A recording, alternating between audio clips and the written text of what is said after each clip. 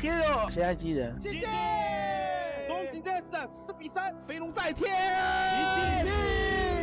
哎，算了，恭喜他夺冠吧。一把，我靠！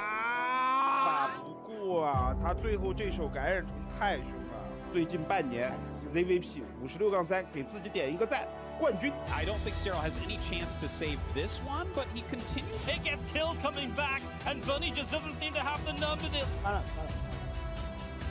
Didn't even notice the Liberator in the main base, I think. So many probes are going down right now. Oh my god, they're trying to get back, but they can't, and so many are picked up. A big clump here from Kira. He tries to split everything up. Giant force of Fadelings rolling in and clearing the hell. That's massive. Clum! Mario is once again. Raider has done it. Serral did it all, and he is a well-deserving champion.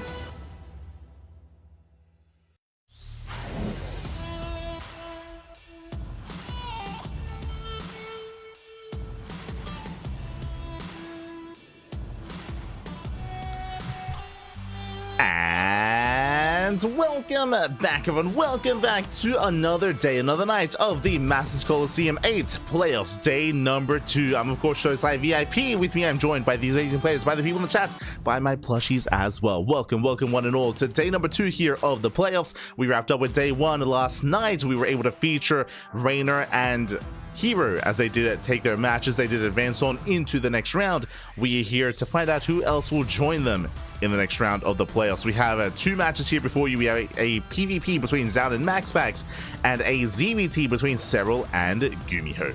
Let's go. We have 2 best of 5s here for you tonight.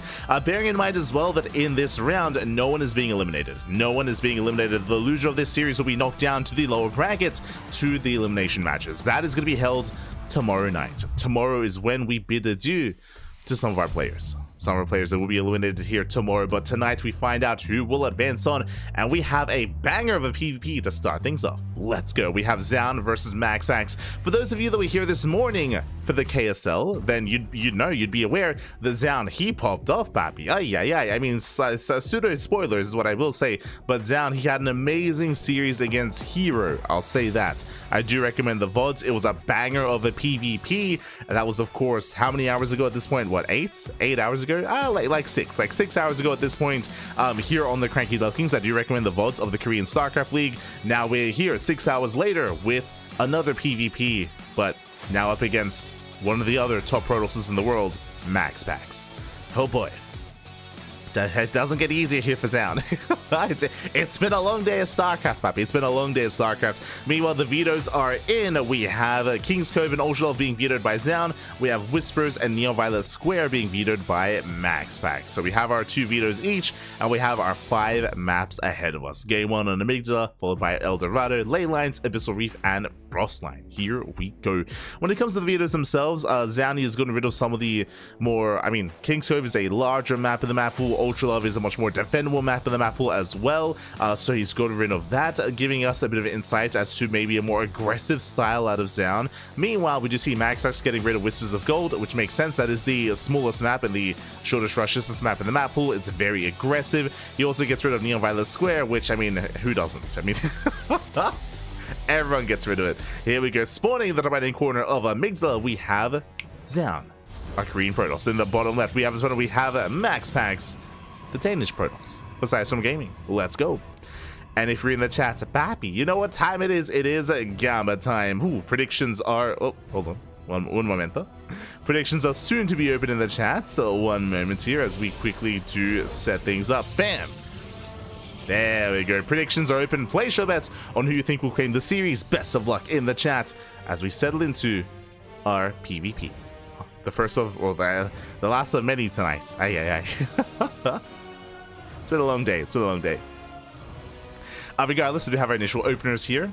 our initial move outs as well. MaxPax is going to be opening up with his traditional gate into Cybercore into expansion. We can see that so far MaxPax staying on 1 gas geyser, so he's setting up for a faster nexus. A bit of a greedier move here by MaxPax.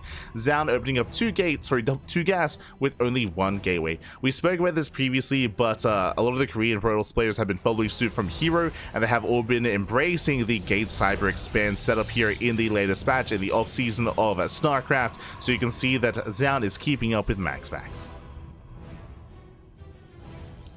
He is keeping up. He's catching up with the chat. Let's go, Angel. True. Share my papi, share my. I don't know much about Zoun. How would you put him globally? That's a good question. So Zoun has been around for quite some time, quite a number of years. If you are newer to StarCraft, you might not be as familiar because Zoun was conducting his military service, and he just concluded his military as of a month ago. So Zoun, he hasn't been back for too long here. I want to say he went to military like end of 2022, like beginning of 2023, and has recently returned to us, returned to competitive play. So it's great to see the return of Zoun. And because he only returned recently, he's still kind of regaining his skill and ranking up. Despite that, despite only been back for a month, he has been improving quite rapidly. He has been improving quite quickly. And I would say the strongest matchups at the moment are PvP and PvT. I would place him just under some of the top Protosses in South Korea. I would place him just under players like Classic and players like Hero. But for some context, I mean, Zoun, he popped off this morning. Zoun, he popped off and he made it all the way to the finals of the KSL. As I mentioned, I do recommend checking out the VODs, but Zoun, he took down many a big player, many a big name earlier today, and he had a crazy series against Hero as well. And when we talk about the top Protosses in the world, Hero and MaxPax, they're top 2.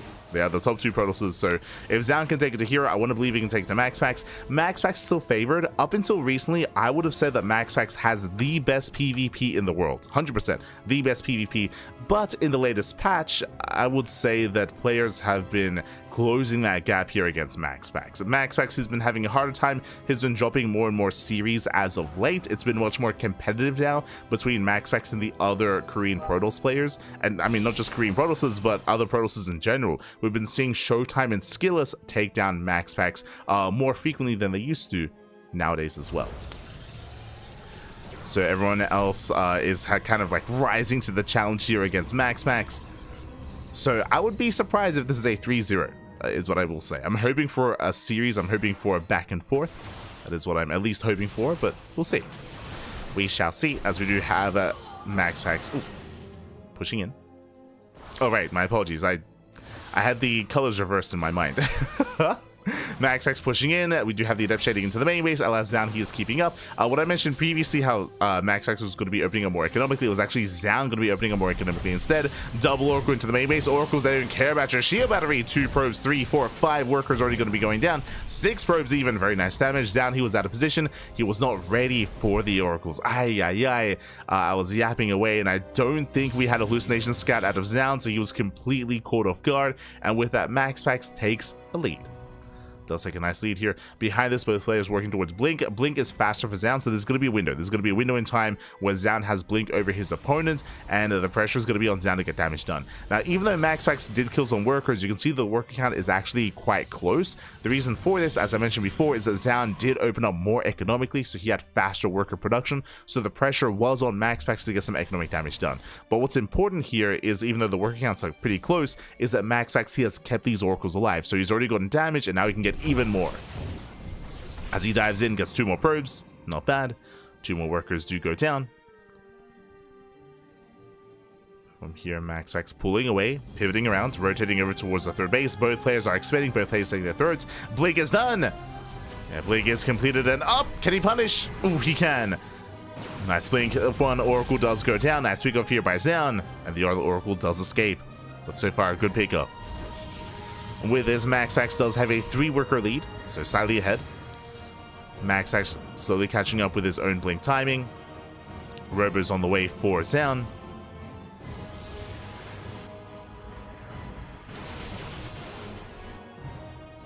Gracias, Nitsu. Gracias. Thank you.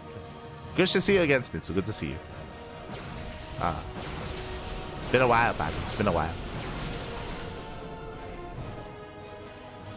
as we have our Oracle dipping into the main. Does dip in. Going to be threading the main base mineral line, going for the stasis. Zoun, does he react in time? He does pull away. At the same time, double adept into the natural. MaxPax popping up with a tri-pronged attack. He's got his main army at the third base. Oracle's into the main, and adepts here at the natural as well. Damage is being done. Getting up to 3, getting up to 4 probe kills. Very nice. Getting up to 5 even. Can he get 6? He can. 6 probes go down, and with that, MaxPax takes a lead. Very impressive aggression here from MaxPax. Just pushing Zoun to his limits even. As there are stasis traps behind this, you can see MaxPax trying to bait out a blink. Zoun, he doesn't fall for it. But Zoun is falling behind. Straight up, he is falling behind at this point. He needs something to go his way. Alas, I'm sure he's tempted to chase, but is unable to. MaxPax getting another expansion, getting ahead. The Oracle will help when it comes to dealing with the stasis traps. First stasis goes down. Zoun, he can break free. Behind this, MaxPax going for his Dark Shrine. Again, MaxPax, he is known for DT play, especially in the mid-game of PvP. Even if you have detection, DTs, they can still wreak havoc, they can still find damage. It can be very difficult keeping up with DT harass. We'll see if Zoun can. Zoun is getting another expansion. Working towards charge, towards +1. But these advantages from MaxPax, they're slowly piling up here. Faster 4th base, faster upgrades, further tech as well. MaxPax, he is slightly ahead, and I mean, that can snowball out of control. Right now, the pressure is on Zoun to get either some harassing adept damage or bypassing the main army, getting to a mineral line with his Blink Stalkers, Zealot run by. Opposition MaxPax and potentially hitting the 4th base. Something. But for now, Zoun is stuck at home. Stuck at home.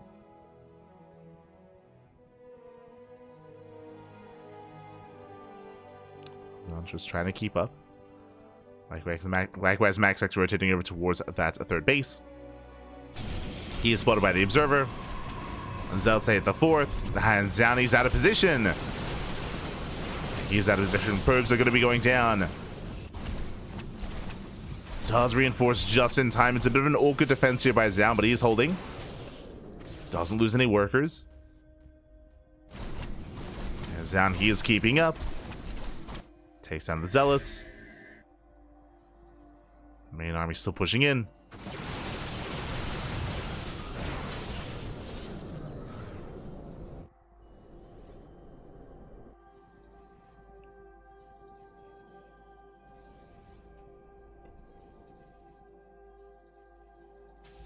MaxPax does slip into the main, going for the warp in.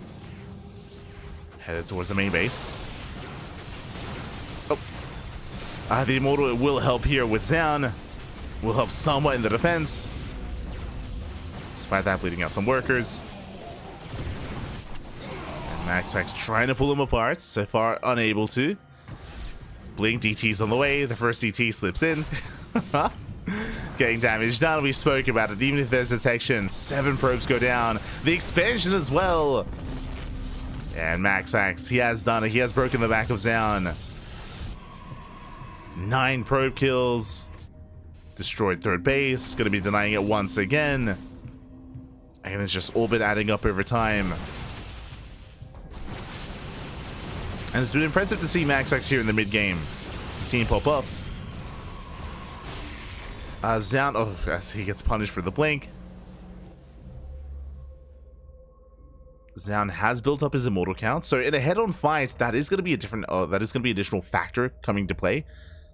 Where even if Zoun is down in supply, the immortals will help make up for that, but only for a time. MaxPax rotating over towards the 4th. Zoun, I believe he doesn't quite see this rotation. There's still that Dark Templar in the main. Still swiping away. Of course, DT's a one-shot workers. Zoun at least shuts down the Warp Prism. And he's forced into an all-in. At this point, like, Zoun, he knows he's too far behind. The problem is that this base trade, it's too late. He's already losing bases. Already losing expansions. MaxPax, does he recall? Does he commit? This is the best chance that Zoun has to win this game, is with a base trade. But again, he's late when it comes to the base trade itself. No, takes the stasis. Stasis to the face. Not like this. Not again. I'm reminded of Hero versus MaxPax from last week, was it? Wait, Hero, he took like 6 stasis traps to the face in one game. Like, it was it was crazy. And we do see a partial recall out of MaxPax. He's turning back around. He has plenty of soldiers to deal with his army. Zealots in the main. And Zoun is just trying to piece everything together here. But MaxPax, he's made it back home. He has everything together. The Immortals are exposed. And he can go for the dive. At this point, he can dive in. GG gets called, and MaxPax takes game number 1. Whew. GG. GG, well played. A very impressive game there out of MaxPax. Very clean game as well. There was nothing too fancy, no tricks, nothing out of the norm. It was just some straight up solo play. MaxPax just pulling Zoun apart with the Oracle harass, with the Adept harass, with the army movement as well. It all gave him a slight edge. I say a slight edge. It gave him a 10 worker lead. With 10 workers, what does that mean? Faster forge, faster upgrades, faster fourth base, faster saturation, faster tech, faster production, just faster everything. In a mirror matchup, I mean, something like a 10 worker advantage that can be gained then and there. Like, that can just give you such a lead, and it's just so difficult to overcome that when you have the same tools as your opponents. With that, GG, well played. MaxPax does take a lead in the series, and now the onus is on Zoun. How does he bounce back? How does he recover? Game 2, El Dorado. Game 2 is going to be here on El Dorado. El Dorado, of course, is one of the most vetoed maps in the map pool, alongside Neo-Violet Square. And I mean, lo and behold, there's no Neo-Violet Square in this series, as that was vetoed, but El Dorado was not. El Dorado, short rush distance by air, can be a short rush distance by ground as well if we expand towards each other. Could be possible here. I'm curious how Zoun will approach this. Likewise, we'll see if MaxPax is disrupted early on. Typically, when players play against MaxPax, they usually take one of two approaches. They either try to cheese MaxPax and punish his greed early on and try to all-in him, or they try to out-greed MaxPax and try to get a different kind of lead in the mid-game. We saw that Zoun wasn't quite able to do either in Game 1, but I feel like we need some kind of initiative here to catch MaxPax off guard, whether it's with aggression, whether it's with greed, whether it's with a more unorthodox build. As leaving MaxPax to his own devices, it's difficult to deal with. Difficult to deal with the MaxPax who's unbound, unchained, there you go. Who is given freedom of the map. So we'll see. We'll see how Zoun does adapt. And again, I hope he's been able to have a nap after the KSL. I wasn't able to, unfortunately. I do have some regrets. It would have been nice to have slept a little bit, not gonna lie. To have slept a little bit after the KSL. Probably should have, but we're fine. It's all good, Pappy. It's all good. We'll be fine. It's in the bottom left-hand corner. We have Zoun, South Green Protoss. In the bottom right, we have the Danish Protoss player in MaxPax. Besides from gaming. Leading the series 1-0. Now here on El Dorado, both players are opening up with their pylons on the low ground. We have our gate expand setups here. The question becomes, how greedy are we going to be? How safe are we going to be as well? Here we go.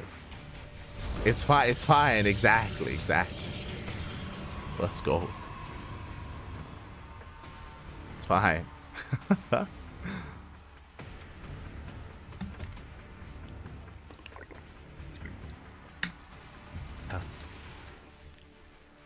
So now we are settling in. Probes are moving out to scouts. Do have our initial gas openers here with a single gateway.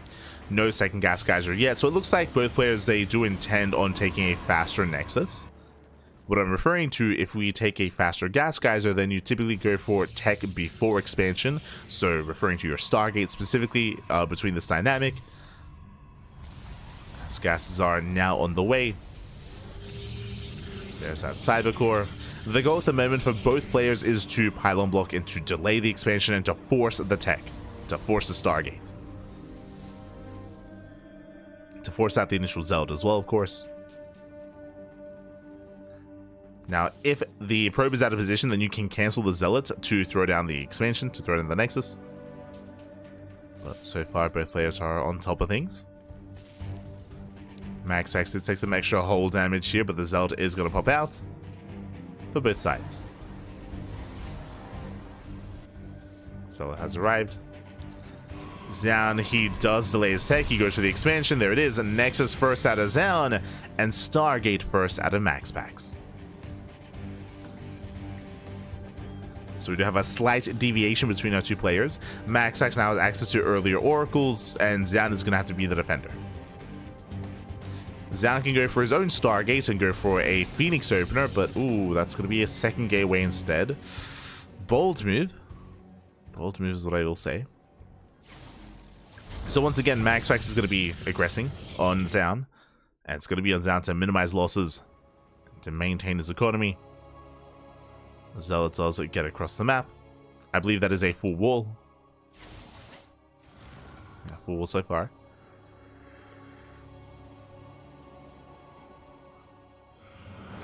Tap arrives as well. Hallucination scout across the map. Oracle is halfway done.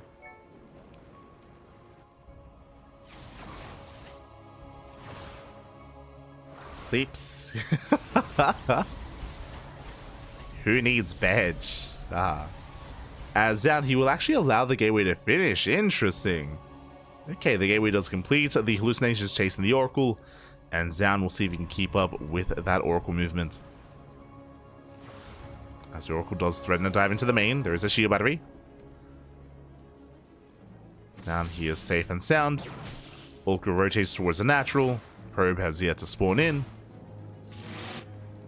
And Zoun hasn't lost anything yet, but of course there is a second Oracle now arrived. Second Oracle's here, they can one-shot probes together. And again, it's on Zoun to keep up. As the Oracles are making their way towards the bases. See the Oracle on the right going to be distracting. MaxPax coming in from behind. Does it the natural, gets one, gets two. Two probe kills, not bad. MaxPax does find some damage. Zoun going for faster blink. MaxPax, his own blink is going to be delayed, but not by too long. Learn to sleep, cast, and you can sleep and cast SCG forever. True, true. I said this before. Unironically, I have dreamt of casting. I have that has happened. I have dream casted. No Nintendo.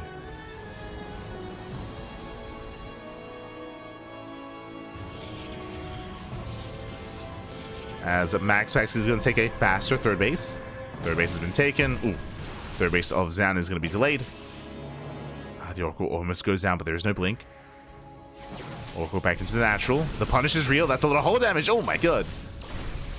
It's a lot of hull damage on both Oracles. MaxPax is getting a little bit too cavalier. Has to back off. Zoun getting his own third. And the dust settles. We can calm things down. Both players getting to their third base economies. Now, unlike the previous game, if you remember, by this point, MaxPax would have already killed 6 probes. He was popping off with the Oracle harass, and then he got another, 4 probe kills, 10 in total, with the Oracle and Adept counterattack, or with the Oracle and Adept harass. But the difference this time is, 1, the Oracles have taken a lot more hits, 2, because of the full wall-off, and because of the location of the third base, MaxPax cannot harass with those Adepts. So 0 Adept harass this time from MaxPax, as is a full wall at the natural, and the third base is fully walled off by minerals. So Zoun has been a lot more secure this time. It's been a much more comfortable start for Zoun. But MaxPax has been building up those stalkers. The blink is on for both players. MaxPax pushing towards the natural. And here we'll be looking to shut down that Cybercore. Cybercore under threat, taking a lot of damage. Zoun trying to keep up, but it's just an awkward defense here for Zoun. Oh, shuts down with the oracles. Massive pickup, but the Cybercore is getting low. And you can see MaxPax trying to bait the army into a blink, into the stasis. And the SimCity working against Zoun here, making it that much more difficult to engage.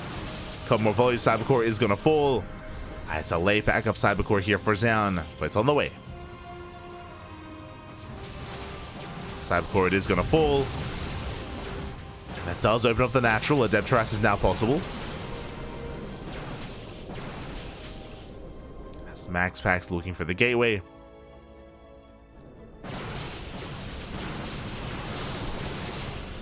Nice force field, forcing the blink.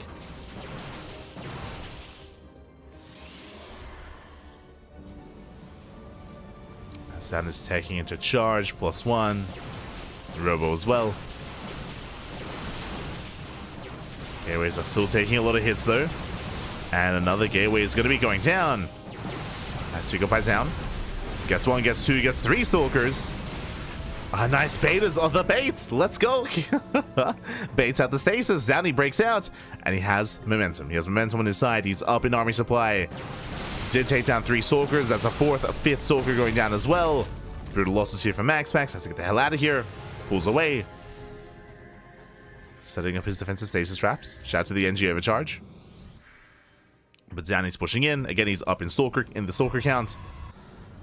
And Zoun can break this location as long as he doesn't take a stasis to the face. Ooh.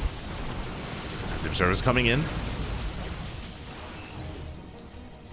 And does Zoun notice that stasis trap? It looks like he does. Baits it once again, does trigger it.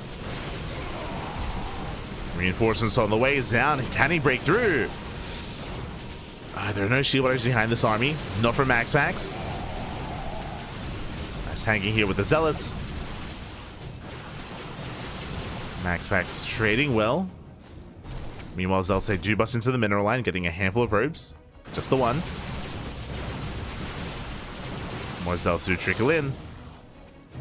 See Zoun trying to force his way into the natural, going for the Cybercore as well. He has a better concave as well. Reinforcements coming in. 4, 5 probes falling. Cybercore is going to get sniped. MaxPax going for the Dark Shrine. Uh-oh, we've been here before. Dark Shrine about to finish. DT is going to be available. The Immortal has arrived, and MaxPax, he will defend. And he forces Zoun back. Oof. These LC just trade so efficiently against Stalkers. Who needs the Cybercore? Zoun, he has to race back. Oh, plummeting in supply. Again, bear in mind that Zoun, who was spending his zealots to harass, not to reinforce his army. And speaking of the zealot harass, continues. Drop into the main. Forcing the recall.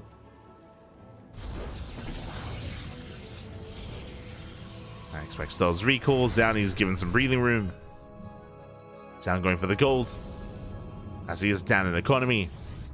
Remember, the Dark Shrine is done. There are, thankfully, observers on the field here for Zoun. We'll see if he can keep up. Zoun, he peels off a couple of zealots towards that 3rd. Sorry, towards the 4th even. That's into the stasis. He sees full saturation. Again, MaxPax, he's up in bases, up in economy, has been for much longer. The gold base will help Zoun, but he needs time to really allow it to pay for itself.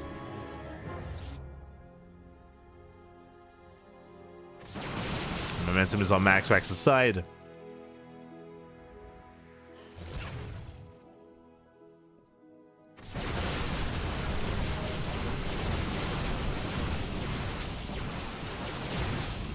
Let's hope this is Micah here from MaxPax.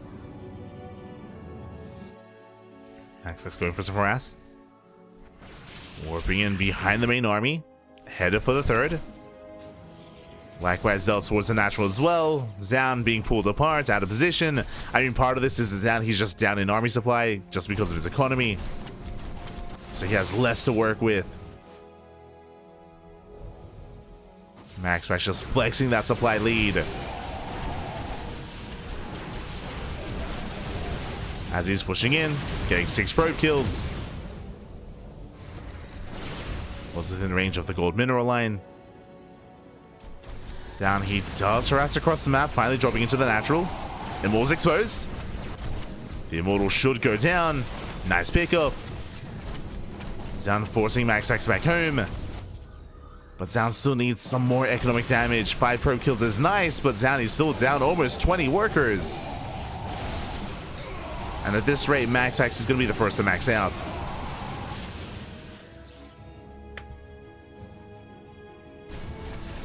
Once again, more Zealot run-bys. Keeping Zoun busy. The Prism is going to go down. Nice pick off here by MaxPax. Shuts down the War Prism. Zoun pushing in. Takes down the side defense, but he cannot fight this head on. And not a fight that Zoun can take. He's trying to, though. Triggers the shields on the Immortal. More reinforcements have arrived. An aggressive blink here by Zoun takes down the Immortal at least. But again, pushing into these Stalkers is not going to go well for him. He's down in upgrades. Down in the supply. Going for the expansion. Can he snipe the base? Up! Up! Not quite. It doesn't quite get it. Zealot reinforcements coming in. Not bad. Zoun pushing through at the same time. The mineral lines are falling. At the natural, the third base. So Zoun, he gets the expansion, but what cost? At the cost of 20 probes. There's the recall, and Zoun, he has nothing left. He's just running out of steam and nothing left back at home. Gonna be another 20 dead workers.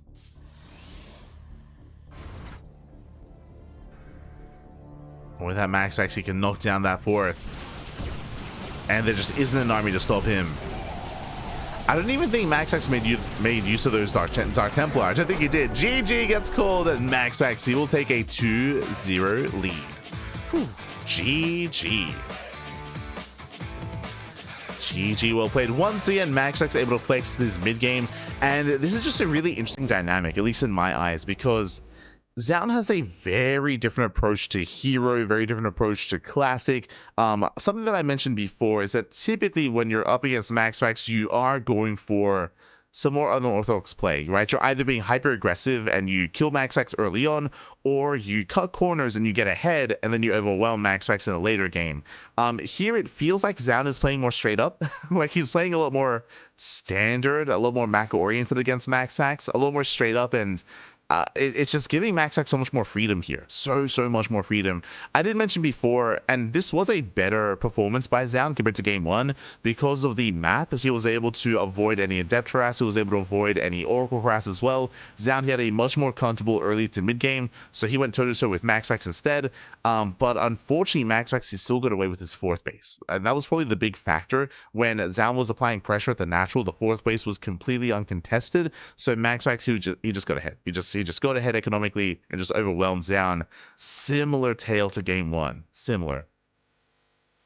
And now we're getting into game number 3. And we'll see if Zoun will change his approach here, or if we end up in another economic game state. We shall see. As Zoun is up against the wall. Here. See, the problem is that he's not as animalistic as the other Korean Protosses. He's when they're so willing to like go for a 2-base all-in or go for a proxy or just be in your face. Zoun, he just wants to play some StarCraft.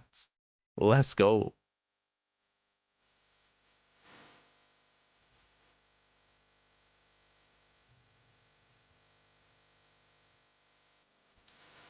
And up next is going to be Ley Lines. Ley Lines, of course, a smaller map, shorter rush distance by ground.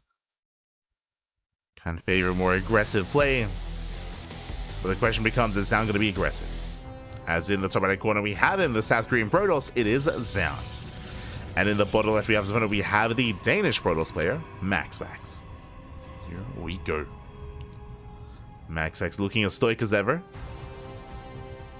Yo, the posture. The standing desk. Let's go. The power stance out of MaxPax. I appreciate it. Do appreciate it.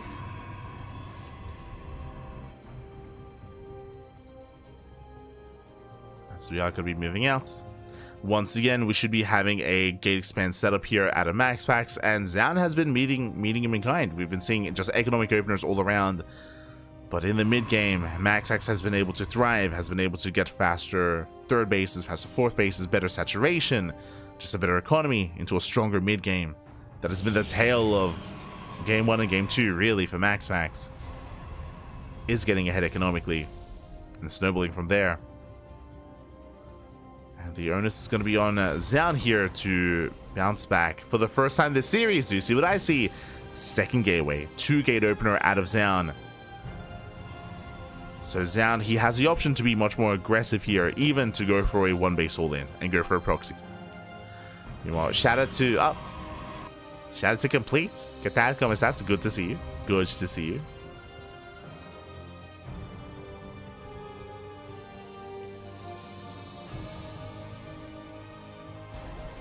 He has the spine of a high rock. Let's go. He has a steel spine. He's part machine. It's how it's able to stay upright this entire time. Let's go. As for now, MaxPax going for the Stargate before the Nexus. So a very safe opener here out of MaxPax. Again, he's aware of the 2-gate opener of his opponent. And my eyes are on Zoun here. For the first time this series, Zoun, you have chosen to go for something more aggressive.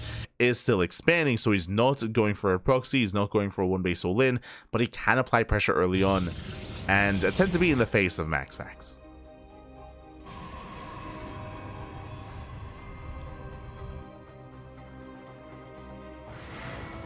So you have my attention. Adept is moving out.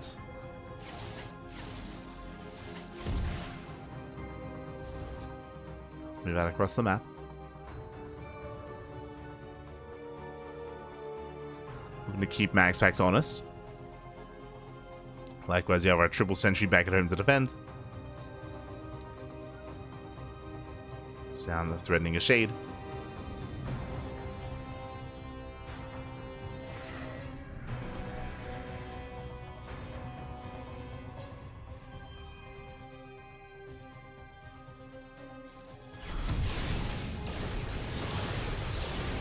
Oh, as it does shade in, getting 2 probe kills. 2 workers going to be going down. Not a bad trade here for 1 adept. Likewise, MaxPax going to be zoned away. And we are working towards Blink once again from the side of Zoun. It's getting into Blink Stalkers. Loving the hallucinated Stalkers out of Zoun. Puffing up his chest. MaxPax is going to be zoned away.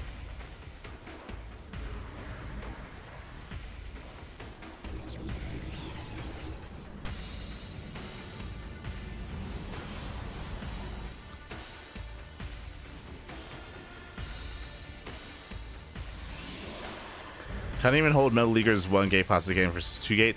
I mean, make sure that you're actually doing the MaxPax opener. MaxPax doesn't go 1-gate Cyber expand. He goes 1-gate Cyber Stargate, then expansion. Like, the Stargate is like a big part of MaxPax's opener. Does keep him safe. As we're seeing here, the Oracles, they're pinning back the army. They're threatening a dive into the mineral lines.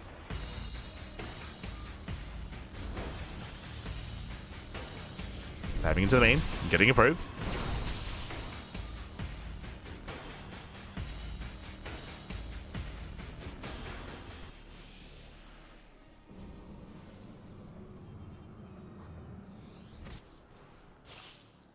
But yeah, it isn't unseen, but it is more rare for MaxPax to go for the Nexus before the Stargate. Otherwise, you can just die. I mean, even MaxPax found that out the hard way. As from here, getting into Blink. Blinks are on the way. MaxPax rushing to a much faster third base as he has map control. He's been containing Zoun. And with that MaxPax, he will get away with a greater economy. Or at least he's going to try to. Once again, the pressure is going to be on Zoun to try to punish that greed. So far, he's been unable to. As double Oracle into the natural. Ooh, Probe's going to be going down. Gets 3 workers. MaxPax moving on the left-hand side.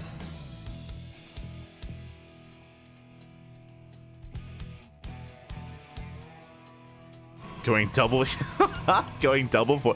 Let's go. Going double forge, double up. There we go. He does cancel one of the forges. Okay. He's not that crazy. Building up. Thankfully, does cancel.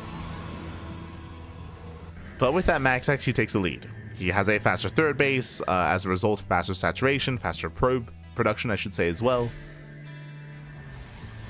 And once again, Zoun just playing this out.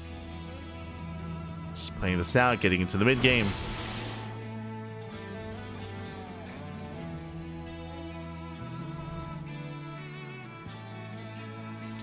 Now Zoun, he did just get out with the hallucination. He's aware that the third base, or his third, is much later than his opponent's. Is going for a gateway explosion. Immortal production has begun.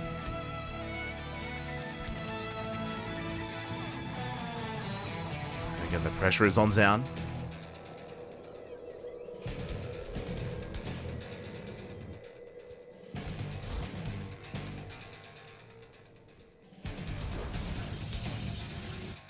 Pressure is on.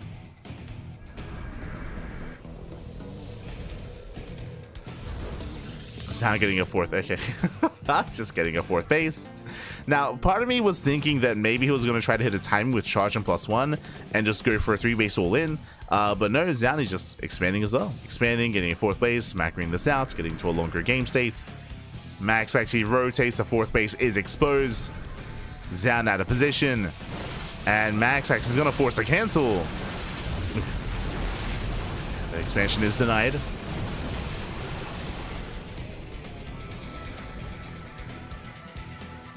Catching out Stalkers.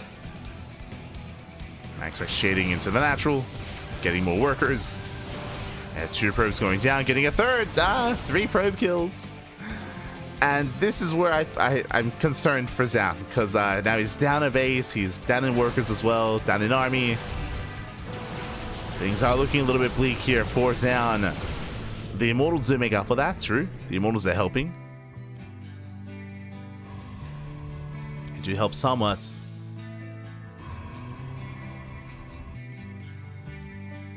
As we have the Dark Shrine on the way for MaxPax. I mean, he has the spare resources, so may as well just tech. Fourth base is denied once again.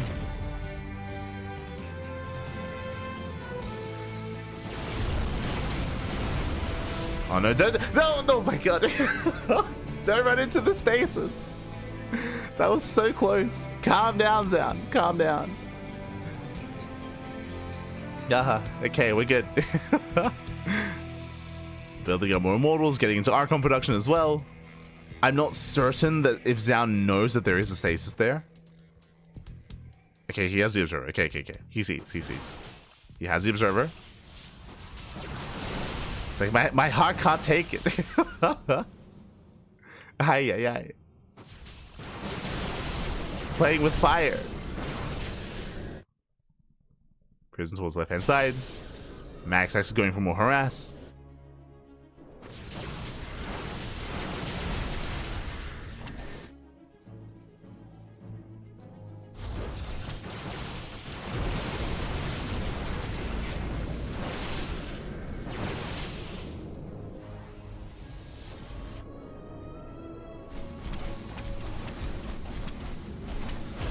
See if Zoun can keep up. Jumping into the main. Thankfully, Zoun does keep up with the Prism at least. Prism is denied. The fourth base gets up. He can finally get it saturated. Let's go. Likewise, forcing a defensive warp in here to MaxPax. And throughout all of this, as Zoun has been defending, he's been building up the Immortal count. The Immortal count is slowly building up here. He's got 4, soon to be 5 Immortals. And soon, Zoun, he can break out and look to snowball out of control. As I mentioned before, even if Zoun is down 10, 20, 30 supply, with a high enough Immortal count, he can shut down Matt Stalker. So Zoun, he isn't out of this. Isn't out of this. Shaves off a couple of Stalkers. Stasis goes off. But the DTs, they have arrived. No, the DTs into the natural, into the third as well. Probes are falling. Likewise, DT in the main. And the cannon is helping at least somewhat, but 10 probes will fall. And I believe there's still a Dark Templar in the main base as well. Just depowering some of the production, going for the pylons. You can see the main base is flashing. There we go. Yeah, you can see there. Production was depowered.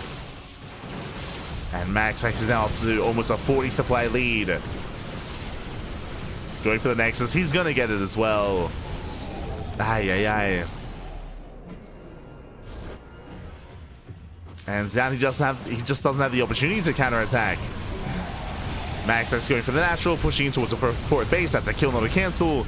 And at this point, Zoun just doesn't have the supply to defend. It's just a numbers game at this point.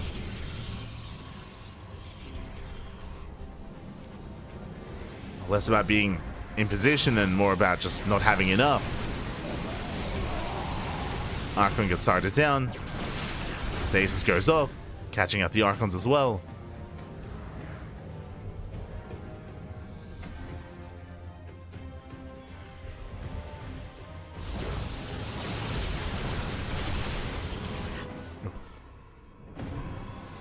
He makes his way towards the right hand side, towards the natural.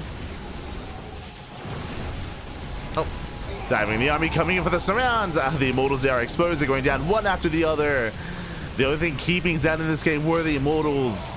And it almost gets reset. Down to one Immortal left. Massive warping into the main. And MaxPax, he's just pulled Zoun apart. Zoun +3 might just be denied as well. Just cannot keep up. Has an army in position, but is still being overwhelmed. As also wreak havoc. MaxPax pulling down to, or just pulling out.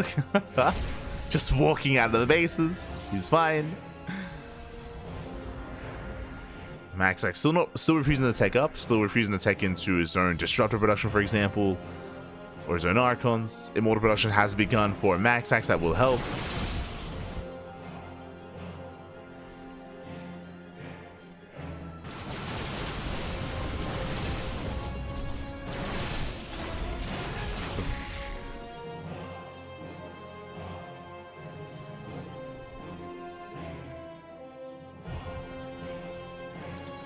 Zoun is back up to 3 Immortals. 4th Immortals on the way.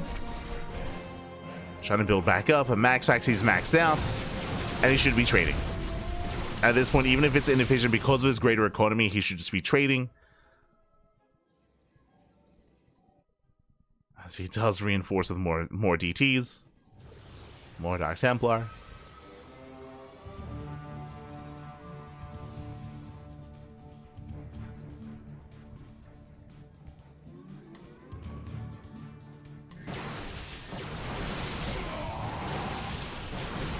MaxPax, he rotates down, trying to keep up here in the army supply.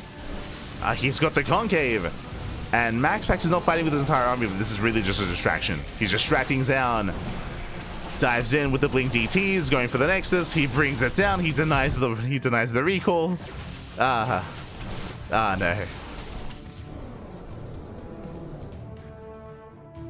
Por favor, pack. Por favor. 11 more probe kills. And this is all that MaxPax has to do, just deny the 4th over and over and over again. Just make sure that Zoun cannot max. Once again, denying the expansion. This time Zoun is ready. He has his Immortals here outside of the natural. With this many DTs, MaxPax may just be able to blink on the army. Okay, doesn't risk it. Pulls away. Now MaxPax, now finally he's forced to take up. We have the Bay on the way, 2 more Robos. That should be for triple Disruptor production. As that will be a secure way to deal with the army of Zoun. It's either this or Skytoss, which may just take a little bit too long to get into. No Skytoss yet. MaxPax pushing in. Shaving off a couple of Zealots.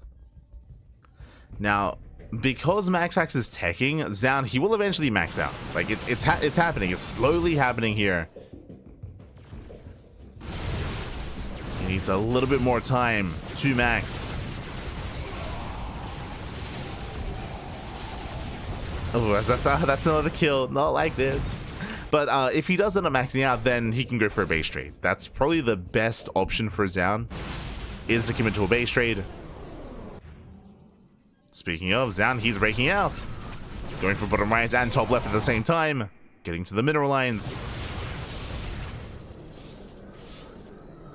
And it looks like he may be able to take down an expansion. At the same time, DTs, they hit the natural. But MaxPax, he responds in time. Will lose a mineral line, but so does Zoun. And this does impact Zoun more. As Zoun, he comes back home. Where's the detection? Observer now coming in. Still 24 probe kills. And counting. And MaxPax, he can just follow this all the way to the natural. He can just keep pushing. Still trying to figure out where he wants his army to go. Headed towards the third. Does run into the main army though. Runs into the Immortals. MaxPax is deflected. And Zoun, he was close to maxing out. Not anymore. Not anymore, papi. Lost 29 workers. Disruptors that have arrived. Show us the Novas. Novas, they take down one Archon. Archon goes down. Zoun trying to keep up. As another disruptor has arrived. Oh! Nice snipe on two of those disruptors. Two more disruptors going down. Oh, the Nova. We panned away. Did it go off? We keep panning away. It looks like the Novas, they somewhat connected. A bit of a messy fight here from MaxPax. He has to pull out. He gets surrounded. But again, MaxPax, he can remax. He can rebuild. As that wasn't the worst fight for Zoun. But there's still reinforcements on the way. GG gets called. There's nothing left. And MaxPax, he will take the series 3-0, taking down Zoun. GG. Whew. GG, well played. MaxPax, he will claim the series. What I will say is that this did feel a little bit like Zoun was on autopilot. I mentioned it before, but in game 1, game 2, and game 3, Zoun, he was playing very much so mid-game oriented and very defensive, very macro-based, I should say. There wasn't really much opportunity for Zoun to go for run-bys, go for counterattacks, be aggressive himself, go for all-ins, or to try to punish MaxPax. This is something that players like Hero and even Skillus and even Showtime have been getting really good at recently, which is like upon recognizing a bit of a weakness to commit, to press on that, and to overwhelm MaxPax. At least that's how we've been seeing them bring MaxPax down, is causing a little more chaos early on. And of course attempting to punish that greed. Here Zoun, he was taking a very different approach, and this just allowed MaxPax to be so much more comfortable. So it felt a little bit like a clash of styles, where Zoun wanted to thrive in the mid game and MaxPax was just beating him there. We saw time and time again MaxPax taking faster third bases, faster fourth bases, better saturation. He would take like a slight worker lead early on and just compound that as the game progressed. And GG well played. Very impressive play there out of MaxPax. Does advance on into the next round. And up next we have another best of 5 ready for us. It is going to be a ZVT between Serral and Yumito. Oh boy. That is going to be coming up next on the channel. The final best of 5 of the night, as it's only 2 matches tonight ahead of us. Let's go.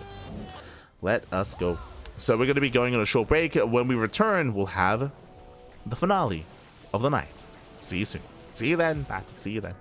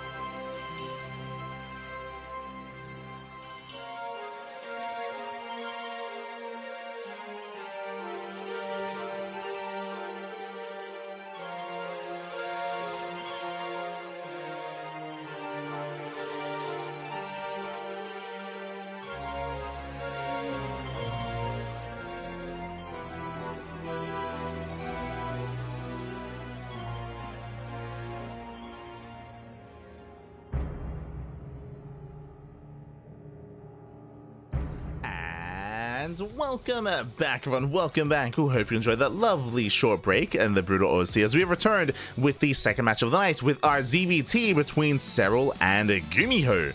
Let's go again. These two players, they did miss each other at Home Story Cup. They both competed, though, both in the playoffs. But Serral, he of course did avoid Gumiho, got knocked out by Clem, never had a chance to face off against Gumiho, and now we can show them off here and now. I'm ready. I'm excited. Let's go, baby. Let's go. Shout out to Gumiho's lovely fireside cabin in the woods. Love to see it. So getting in the bottom hand corner, we have Serral for Basilisk. And that's right, we have his opponent. We have the South Korean Terran player. It is Gumiho. And if you're in the chat, you know what time it is. It is Gamba time. Predictions are open. Place your bets on who you think will take the series. Best of luck in the chat, as predictions are open for the next couple of minutes. Meanwhile, Gumiho has been very fond of this. It's going to be 2x Reaper. It's going to be 2x Reaper out of Gumiho. A little more aggressive, a little more assertive early on. We did see this in his match previously against Raynor in the group stage. In the group stage of the League Cup, for those that are curious. So he's setting up a 2x Reaper. We'll see if Serral can minimize losses. If he can minimize losses and maintain himself. The goal of 2x Reaper is to delay the third base and to deny it, and to keep the Zerg player contained on two bases for as long as possible. What I'm most curious about, though, is the follow-up. 2x Reaper can turn into a 2-on-1, it can go into a 3cc 2-on-1, can go into a more dedicated move out, into like delayed upgrades, into faster Banshee play. We have seen Gumiho mess around with different variations, so that is what I'm going to be keeping my eye out for, is what happens after this coming into the mid game. Yo, Serral's hair is like insanely well combed. Like it's it's so shiny, it's so well kept. Oh my god, it's crazy. It's like I'm watching like Astro Boy or something. It's it's just really standing out to me. I don't know why. It's crazy. Is Gumiho celebrating Christmas late? No, he's been celebrating Christmas this entire time. He hasn't stopped. That's the thing. He hasn't stopped the celebration. Non-stop Christmas in Gumiho's house. Let's go. Let's go. It's always Christmas for Gumiho. Love to see it. As Reaper dips in, goes for a dive into the mineral line. Has to be careful not to overextend. Reaper pulls away.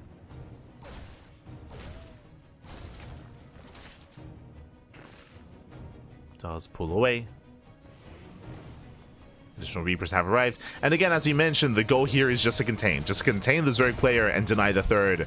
So far, so good. No major damage, no drone kills yet. Ideally, there shouldn't be any drone kills. Ooh, as Gumiho almost gets surrounded. Diving in, getting... Oh, no, he gets surrounded! Oh, Gumiho playing with fire, he gets burned. Reaper goes down, and we have confirmation as to what the follow-up is. That's going to be a third TC before Starport and before Factory. So very greedy follow-up here by Gumiho. Losing the Reaper hurts that much more, as he will have that much less to defend if Serral moves out. But again, a very greedy follow-up here by the Terran. It's going to be third TC before Starport into a third Rax. So very greedy here by Gumiho. Very greedy play. Did invest into a fourth, would have been a fifth Reaper. With this, he can contest against these Lings. Forcing out additional Lings from Serral. Not bad. Getting on top of that base, and can he force a cancel? It's going to be close. There are 10 Lings in production. Serral, he should be fine. Yeah, he should be fine. Gumiho doesn't test his luck. He gets the hell out of here. Doesn't want to get surrounded. Pulls away. We'll pull away.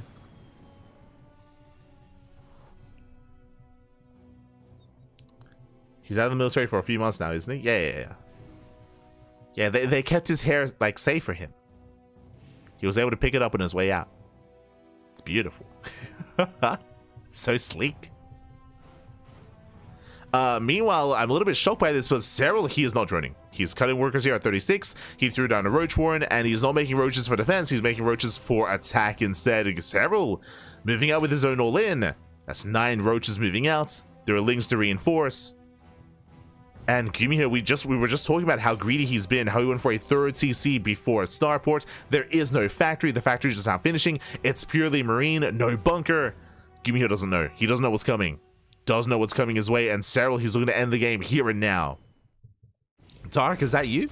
But I mean, this is the power of Serral. Is for a long time, Serral, he was known for only macro play and only like the correct way of playing the game. But over the past couple of years, I want to say maybe 2 years at this point, Serral, he has been embracing all-ins and cheese and aggression every now and then. He has become a more well-rounded player. And speaking of, here he is with the all-in. Meanwhile, the Marines, they do stim in. They take down one of the Ravagers, but the surround comes in. And the Marines, they get locked down. They try to slip away. They barely will. But the add-ons are exposed. Shutting down denying combat shields. Production under fire. Third CC is up, but it's not running. I mean, it's not going to be able to produce. It's not going to come into play. As these Raxes, they're going to go down. Ooh, takes down one. And the other as well. As it will burn down, it can be piled as well. Gumiho trying to muster up a defense. Serral, he's still not droning, by the way. He could. No drones here for Serral. Hellion goes down, just purely marine. Ooh, bit of friendly fire here on those links from the piles. Rax does fall. 22 SCV kills. Serral, he's running out of links. Nice auto stepping here by Gumiho. And does he have enough to get on top of these Ravagers? He gets one more Ravager. One more Ravager goes down, but alas, Serral, he still overwhelms. It breaks through the army. GG gets called as he breaks through the defense, and Serral will take game number 1. Whew. Oh, production team, calm down. GG, well played. As we did show Gumiho as the winner for a moment. Calm down. Of course, it was Serral. I'm sure the production team a little bit caught off guard as well. But GG, and again, we were exclaiming just how greedy Gumiho was being, but clearly you cannot blindly be greedy here against Serral because he will punish. He will punish you. He will shut you down. As Serral, he just embraced the all-in. Oh my god. That was let's go. That was a massive bottle. Do love to see it. We also got a little bit of a feature there of Gumiho's towel. Let's go. But with that, we're getting into game number 2. And Serral takes a lead. Does take a lead. Oh, there's like a little teddy bear in the background. Let's go. And like a rocking goat or something. I don't...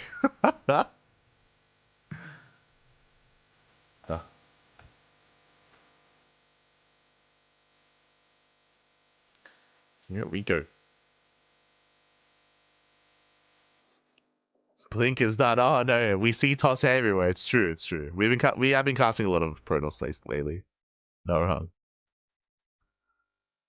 Yo, a matchup without Protoss? Crazy.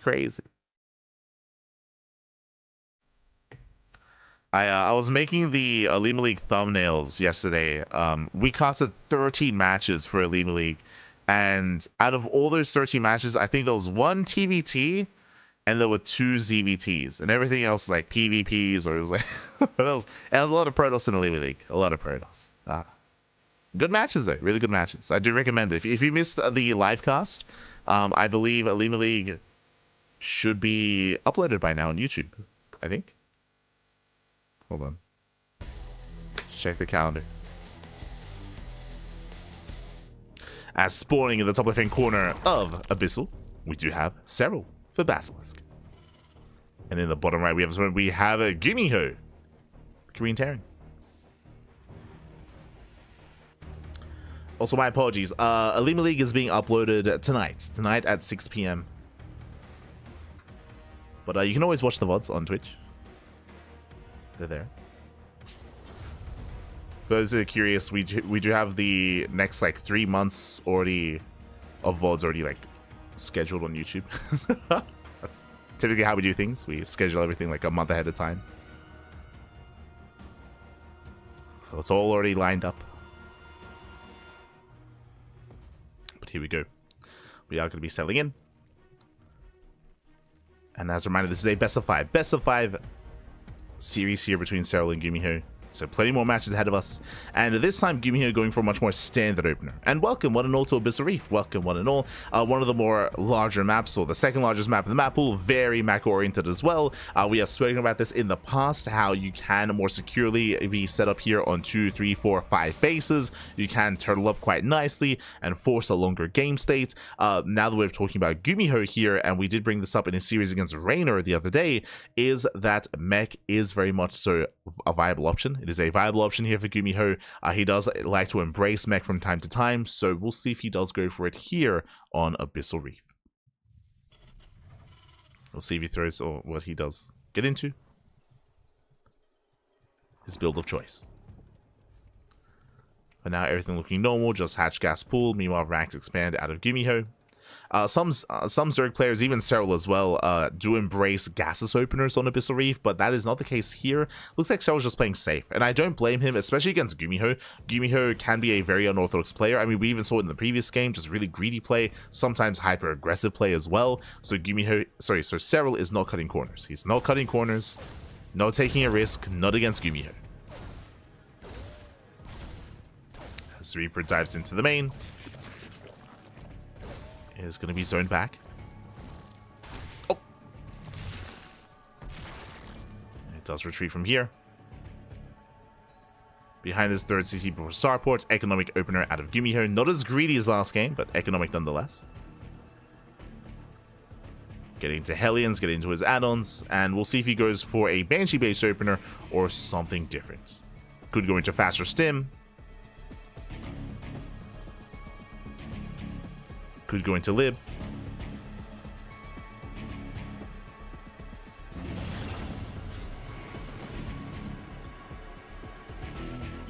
So it looks like he just woke up. He was yawning in game one, like in the beginning of game one. He was yawning a little bit. It's the holidays, papi. Just wanted to sleep. Wanted to bench. I understand. I can empathize.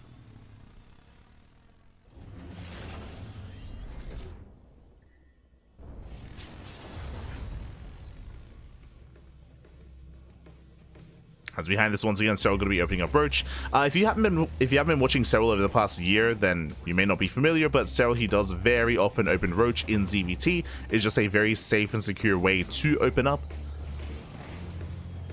Allows you to be quite defensive against early game 2-on-1, against Hellion aggression, against committed move-outs. Just very safe overall. So we expect to see Roach-based play in every game. We saw previously that, I mean, at times, Serral can go all in with this. Well, for the time being, Serral is droning. And meanwhile, Gumiho is going for a Hellbat push. Armory's on the way. Hellion Banshee's building up. And there is potential for damage here for Gumiho if only Serral wasn't making a Roach Warren and wasn't already making Roaches. Again, this is the advantage of these Roach openers from the side of Serral, is how safe they are.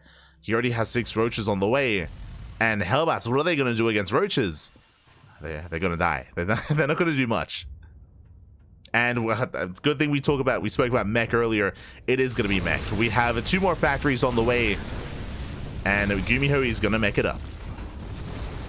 And again, if we brought it up at the start of the game, then I'm sure this is also in the back of Serral's mind as well. Gumiho, again, he is known for mech, and specifically Abyssal Reef it favors that kind of style. It does favor mech as well. Of course, Serral still has to confirm. Still does have to confirm. As Hellions, they move out towards the right-hand side.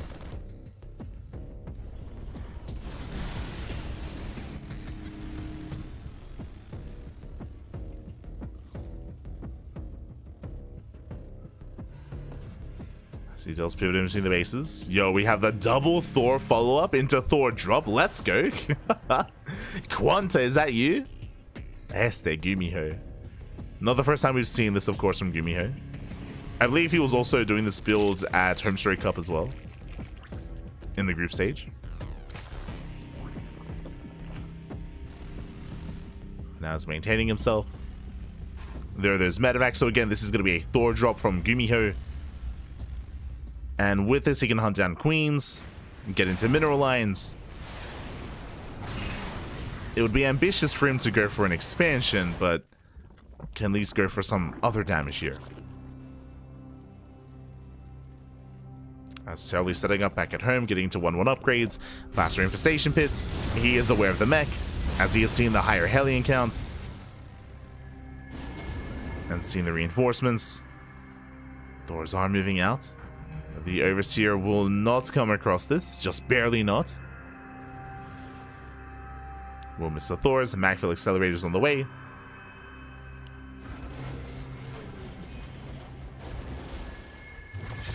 Yeah, he's going for the queens. Ooh. And he can at least get one. One queen goes down, can deny the expansion.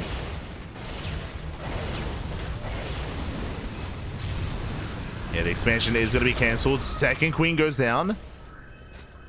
Down to 4 queens.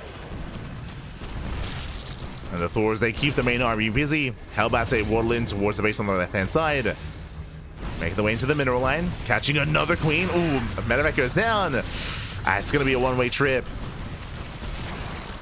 Nice juggling so far. I say that Thor does fall. Bit of miscontrol there from Gumiho. Was otherwise distracted, and Serral does pull away in time. Hasn't really lost many drones at all. Lost queens, yes, and did lose an expansion, but does maintain his economy. So Serral is still on 82 workers. He deflects the Hellbats. And is getting to Lingbane Roach Ravager. Gimio, he still commits with the Thor drop. Bold move. Into the main.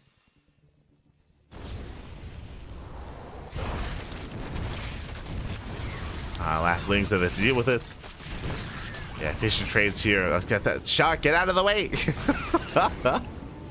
God, he just wants attention. Este shark. Demi, calm down. Let's give him moves out. Greater Spire for Serral. Taking up even further into Hive Tech.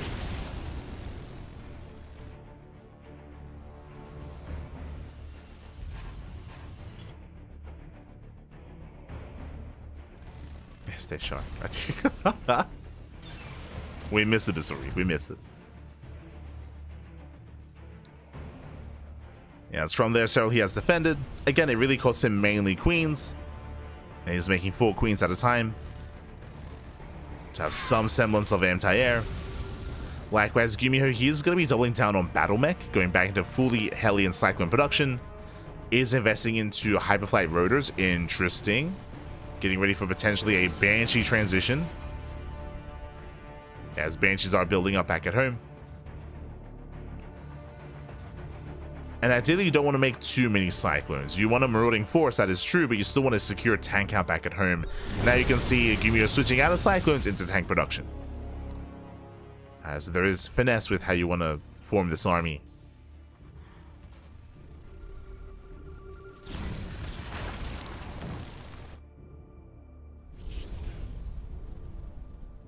And she's making their way towards that natural.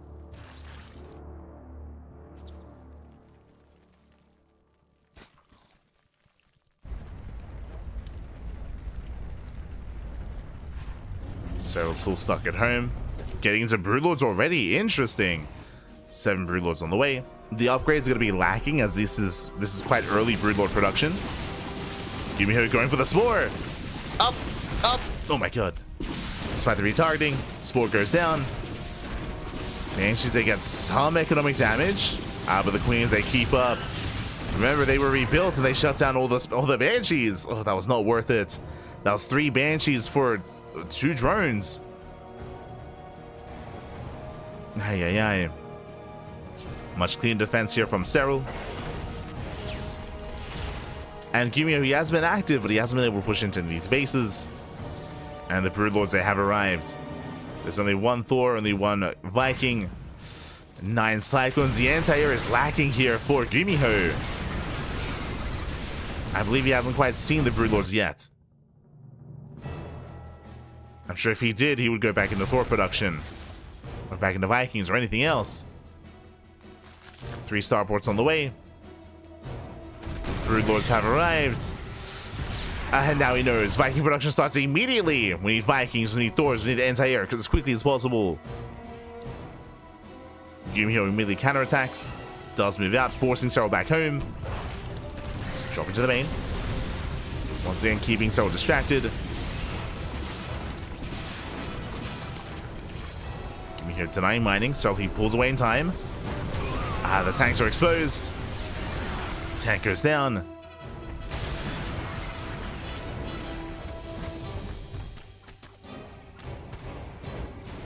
He does have to pull away. Yumio working on Yamato. Ambitious. The tanks get caught out. All 3 tanks full. Yumio going back into Thor production and battle cruisers as well. But Yumio needs time. Thors, they do take quite some time to produce. It's on the way.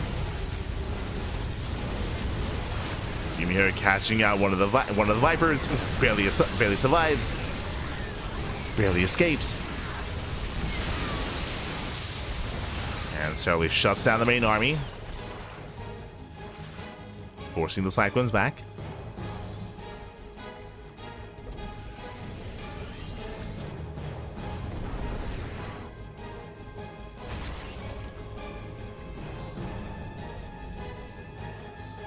So moving in, alas, thankfully Yumio, he has amassed up at least some Vikings.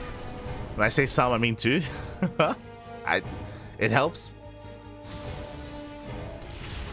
He's holding. Do have our Hellbound Waddle by. Drop in towards the main. Nice abduction here with the Thor.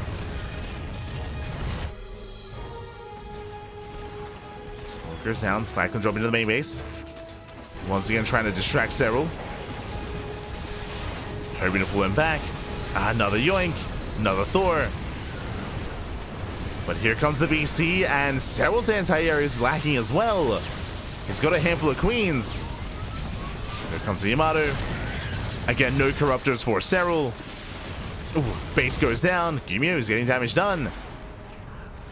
Takes down an expansion. Forces back the Broodlords. He's making 5 Thors out of such. Jesus, that's a lot of Thors. 5 Thors at a time. Or so soon to be here. Serral, he rotates, denies the 6th. As Yumio is going pure Thor BC. He's just trying to get there.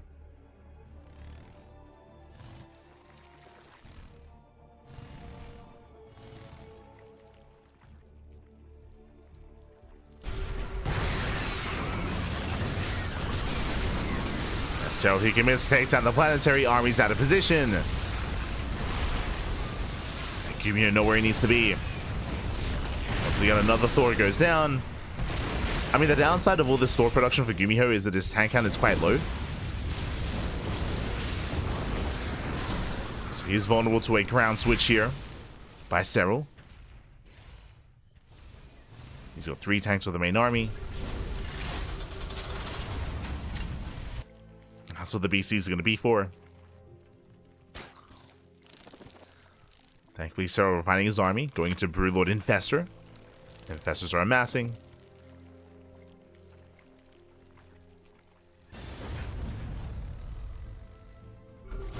Serral just biding his time, waiting for those Infestors. Yumio reestablishing his bases, building up a bank. Not too large yet, but it's getting there. And he even comes across the Ling Bane.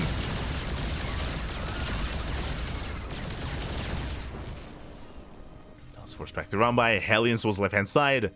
Ling Bane out of position. Uh-oh. Serral, he's not ready for this. Yeah, drones, they're going to be going down. They get roasted. Ooh, 9 drone kills already. The larva as well. Yumio pulls away. Successful attack. At the same time, Ling Bane gets into the planetary. I had assumed that the BCs would have forced that back, but alas, they did keep pushing.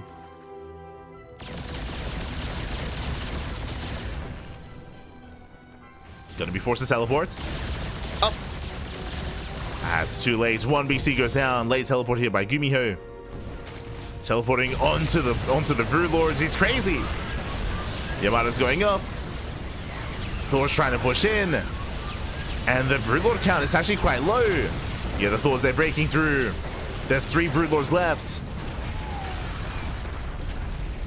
Only 3 Broods remaining. Thors, they're trying to get on top of them. They're waddling in. Hellbat's behind the army, and Serral, everything's on fire. Drones are falling left and right. Ling reinforcements will clean up these Thors. There's 2 Brood Lords left. And Serral is remaxing on Ling Roach. He's done with Broods. It's all about the Lings, all about the Roaches. As Hellbat's taking down 27 workers. That's a lot of Corruptors. Never mind.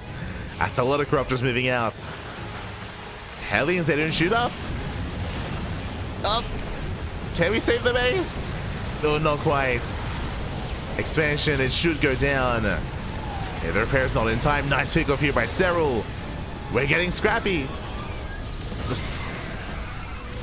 Skimio teleports away. Abduction here on the Thors. Roaches, they waddle in. And can Gumiho protect those Thors? There's just so many Roaches. Pulls back to his reinforcements. Gumiho, he holds. Whew. He does hold on. Brood Lords down in production. 7 more Broods. 9 in total. And Gumiho is out of money.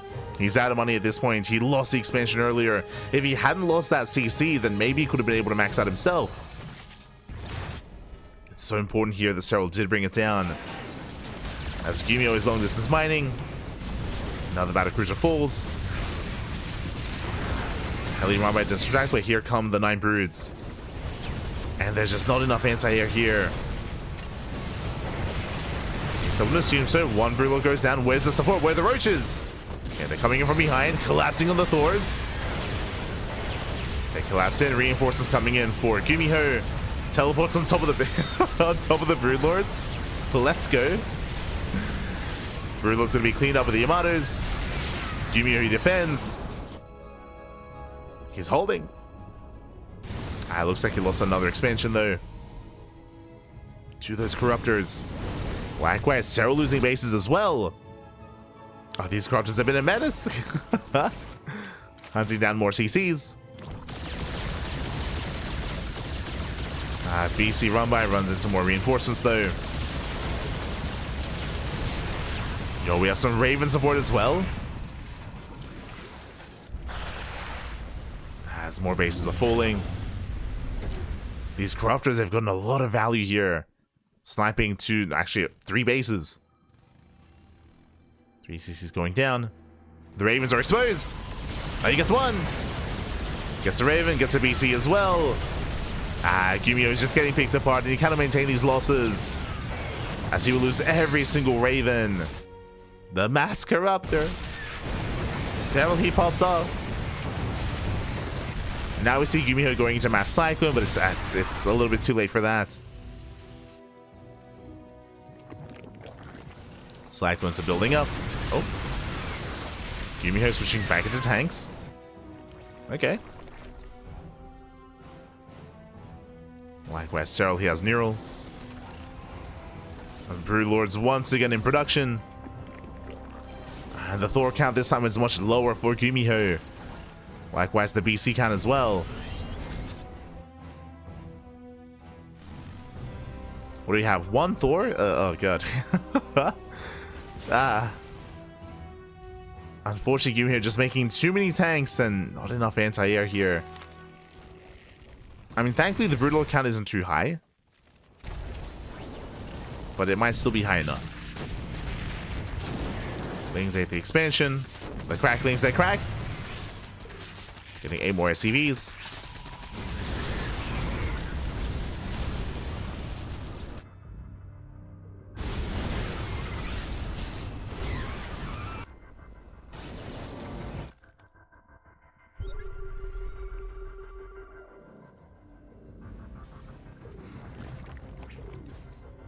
Sally is moving forward.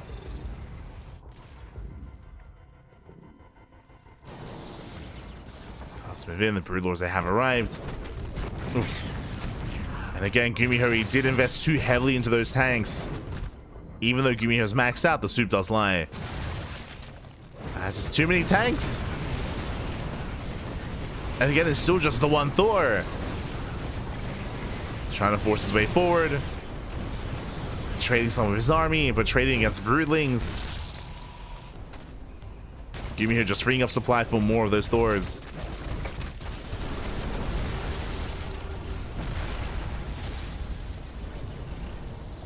Just leaves on away some of the infestors. The base is denied.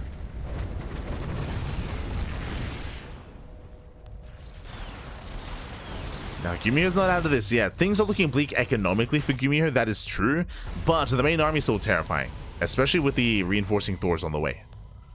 So there is still potential for Gumiho, but the Broodlords are still very much a problem. Fungal goes off, Gumiho forced to fight. Again, that one Thor down to half HP, second Thor has arrived. But we need more than just 2 Thors. And Serral, he commits, gets a neural. Takes one of the Thors himself, forces friendly fire. And Gumiho, he plummets in supply and he cannot maintain these losses. Not like this. He scans, he sees all the economy. I mean, again, this game was very scrappy at one point. We were like, drones are going down, bases are going down left and right. Everything was on fire. And then Serral remaxed on Broodlords. And unfortunately, Gumiho, he just, again, he over-invested into tanks. It's one of those things where he just was trying to guess what his opponent was remaxing on. And it was unfortunate. Here come the Neurals. The final stand here, the last stand of Gumiho. Down to 4 Thors. 1 tank, the tank gets mild. Gumiho trying to force his way through. But again, Serral, he will overwhelm. Takes down 2 more Thors. There's 1 Thor left. More Corruptors coming in. And Gumiho gets shut down. This one gets completely shut down, and he has no money left. No minerals, barely any gas. GG gets called, and Serral takes a 2-0 lead. Whew. GG. GG, well played, Serral. He does claim the win here, but things got scrappy. Things got quite dicey here between Serral and Gumiho. There was opportunity, there was potential for Gumiho, but as we were pointing out, I want to say almost that the MVPs were the Corruptors there, sniping 3 CCs, and Gumiho not investing and maybe not taking the anti-air as seriously. Time and time again, I mean, the initial Broodlord switch was brutal because Gumiho didn't see it coming ahead of time. The second wave of Broodlords, likewise, Gumiho, he had over-invested into tanks, he had foregone his Thor production, and yeah, he just wasn't able to keep up with the mobility of the army and wasn't able to keep up with the composition of the army either. GG. GG, well played. With that, Serral takes a 2-0 lead. And now we're getting ready for game number 3. It's going to be on Whispers of Gold. Ooh, this is going to be an interesting one. Now, Whispers of Gold is a much smaller map. It's known for aggression. It's known for being in your face. Oh my god. Don't forget to stretch your roaches. Don't forget.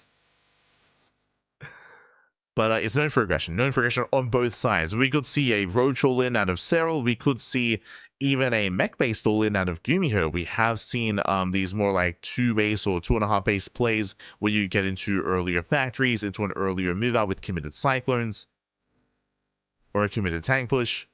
Could even see an 8-racks on Whispers of Gold as well. So my eyes are on Gumiho and like that on Serral. Well, my eyes are on early tech. Early game tech here.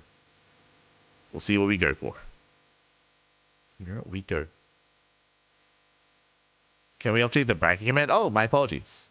My apologies. I didn't quite notice. My bad. Hold on. Got you covered.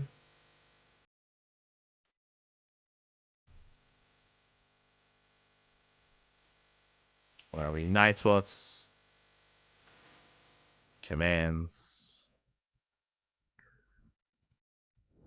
Wikipedia. Yeah. Beautiful. Okay, should be updated. Should be updated. I knew I forgot something. It's all good.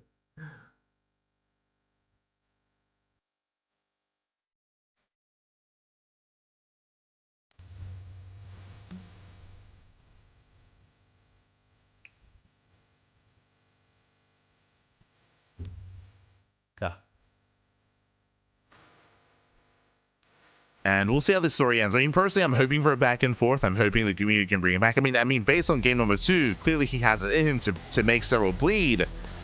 But we need to see that here and now. Is in the bottom right-hand corner, we have the blue Zerg player, Serral, the Basilisk. In the top left, we have Gumiho, the Korean Terran. Here we go, as we do open up with the initial extractor trick out of Serral. No shot that Serral is tempted to open up gasless on Whispers of Gold, right? No shot. It is going to be 15 hatch opener. That might technically 16. My eyes are on those gases. I mean, I think... have we seen Dark go gasless on Whispers of Gold before? I want to say we have. But still. It's a bold move. I think we've seen Dark go... No. I think we've seen Serral go gases on Whispers of Gold and be punished for it. But there it is. Okay. Gas is on the way. So, hatch gas pool.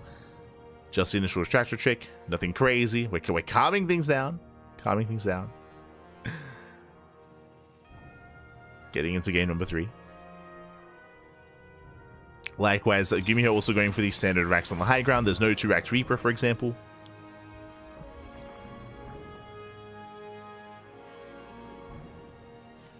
Not on game 3.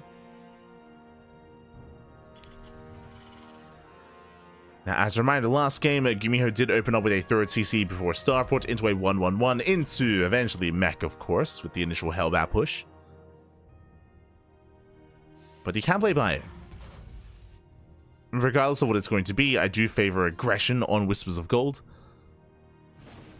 So we'll see what Gumiho embraces. I would imagine that Serral's going to once again open up with an earlier Roach Warren. He has done so every game so far.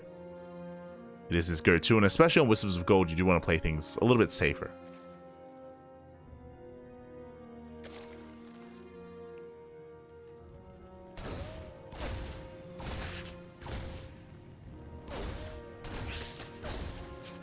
As the Reaper gets across the map, dancing with the army, hoping to catch a worker or even just some lings.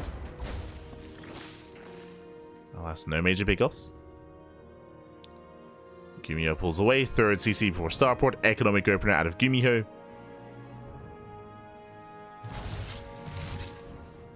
So everything looking standard. Everything looking normal.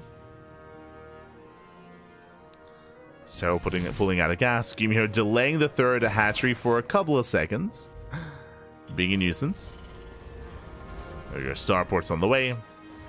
There's the add-on swap getting to Hellion production, soon to be a tech lab on that racks, into another add-on swap, I would imagine.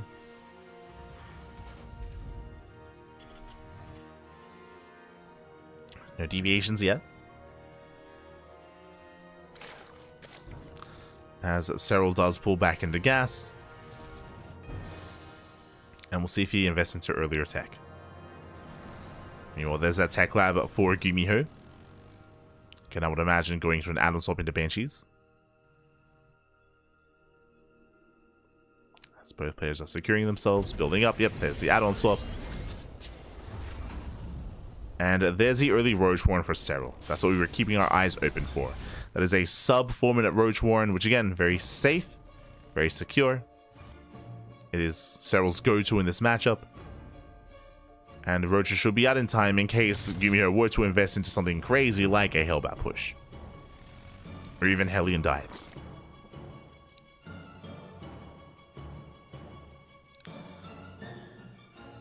Serral is droning.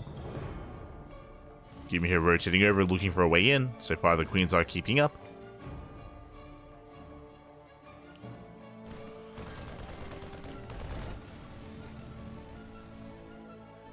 Oh, and that's actually... Okay, my apologies. Gumiho going to be opening up Raven. Not Banshee. Okay. And he's faking out Cloak. Because I was a little bit perplexed. I was like, Interference Matrix? But he's faking Cloak. He's faking out Cloak instead. Do love to see it. Trying to force Serral into an overreaction. Serral throwing down some spores. Getting to his own lair. Likewise, Gumiho throwing down extra Raxes and Stim. It is going to be Bio this time from Gumiho, but a very cheeky start with the Raven.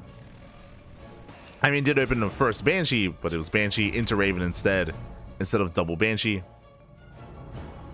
And again, he's forcing all these spores out of Serral, spores that otherwise wouldn't have been necessary.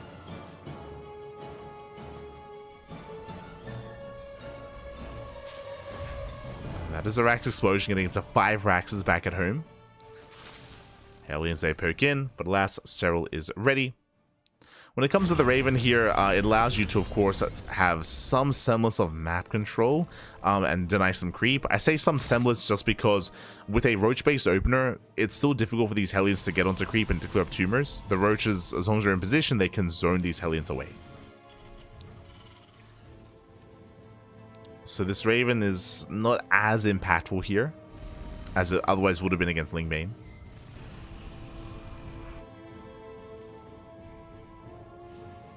As he does find a couple of tumors. He gets one. Going for another, diving on some of these Roaches. He gets one Roach, not bad. The clutch transfuse out of Serral. Yeah, second transfuse as well. Losing one Roach. Droning up. And saturating his bases. That is an extra Rax from Gumiho. That is a 6th Rax currently. And so far, there are no gases at the 3rd base. That is a 7th Rax being thrown down. There it is. 8 Rax. Let's go. I was like, my eyes were glued on that production tab on those Raxes. So it is going to be an 8 Rax 3 base all in out of Gumiho. He's committing. The way this works here is that you don't take your gases at the 3rd base and you don't throw down a 4th CC. Because that you don't have a 2nd factory either. It is purely bioproduction, pure marine with some tank reinforcements. Oh boy. So this is going to be a 3 base all in, and we'll see if Serral can keep up as he is supply blocked. Overlord goes down. 5 Overlords on the way for Serral. 6 Overlords on the way. 7 Overlords. 7 Overlords on the... And Laser, calm down. 7 Overlords in production. Serral attempted to go into the main for a scout. He needs to get eyes on the production as well. Has yet to go for the dive. Another Overlord snipe. And again, Gumiho is just setting up for the eventual push. You can see here, Gumiho making 12 Marines at a time. That's what a 3 base all-in allows you to pull off. 12 Marines, 2-2. Here come the tanks, and here comes the push. Now, thankfully, Serral, he did... Oh, actually, he drone up to 4 base saturation. 84 drones. That's a lot of workers for Serral. That's quite greedy. He drone up to 84, and he teched into Hive. And Gumiho is pushing in. Can Serral hold? If he can, I'm going to be very impressed. Bailings, they roll in. Oh, good connections. They do connect here on the Marines, but the Bio, he breaks through. They're pushing in towards the 3rd base. Bailings now rolling in. Gumiho, he does kite back. But the Bailings, they're still getting on top of the Bio. And the tanks are going down. Serral, he's barely holding on. Again, Gumiho, he took a lot of Bailings to the face. Bailings that should not have connected. And Serral holds. Wow, Serral, he holds on. Now Gumiho, now you see, takes his gases. Now he takes his gases. That's a sign that he's going to be transitioning. 4 CCs on the way. Extra add-ons as well. The all-in has failed. And now Gumiho's behind. Now Gumiho is behind. The 4th base is late. The gases are late. The production, the tech, all is delayed. Because Gumiho was all in. And Serral, he got away with 84 workers with a Hive. Vipers just arrived.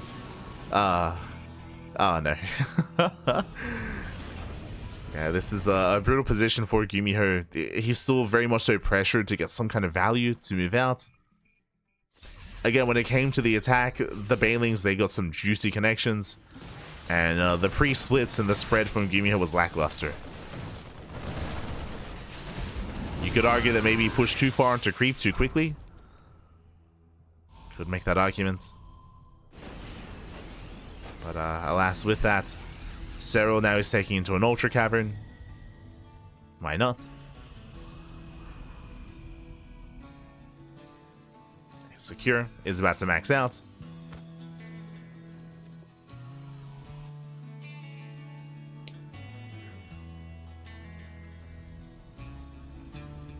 And this is where the soup does lie. Both army supplies are quite comparable to each other, that is true, but one army is of higher quality, and that's going to be in favor of Serral here. As Gumiho is very heavily reliant on Marine, he has very few Marauders and of course no Ghosts. So it's a very marine heavy composition.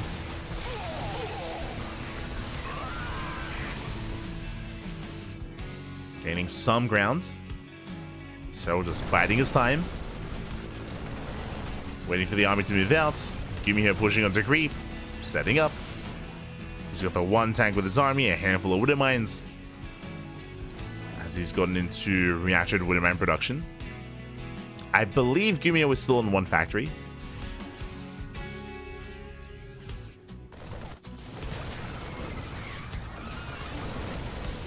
So far, Serral just playing it safe. Ooh, shuts down the fire. The wilds they connect. And the Liberator barely does survive. Meanwhile, Bailey's running into Marauders on the left hand side. Bit of miscontrol here out of Serral. But despite that, he should still hold on. Queens are falling. The Marines are gaining ground. And Serral just wasn't able to split up his army well enough. The Queen card gets completely reset. Nice pickups here by Gumiho. Very nice pickups. But behind this, Serral is getting into ultra production. But has very limited anti-air. I mean, Serral, he just lost, what, 6+ queens?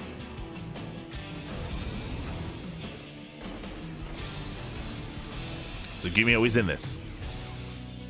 He's in this game. Serral is just trying to survive until ultras.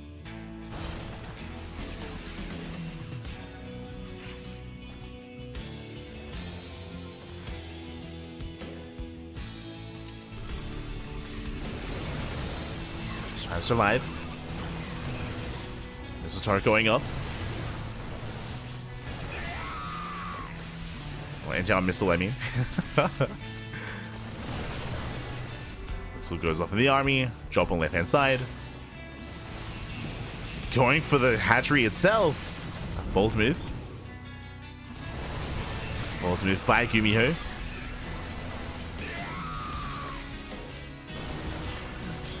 So he is massing his army.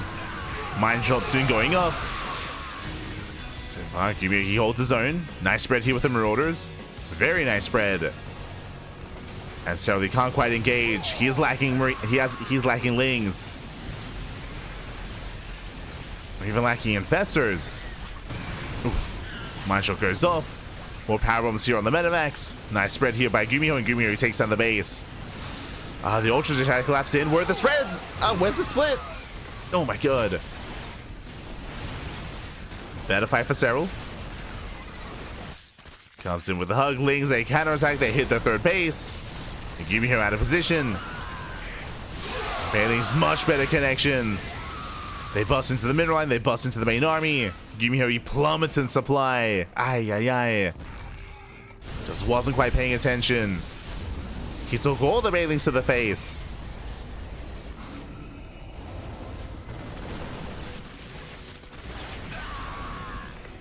And with that, Serral, he can't commit. Not quite there, just waiting for more reinforcements. He's got more ultras in production.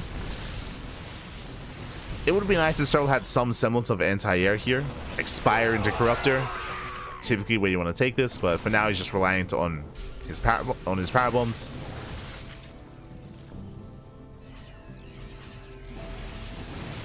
He's heavily reliant on those parasitic bombs.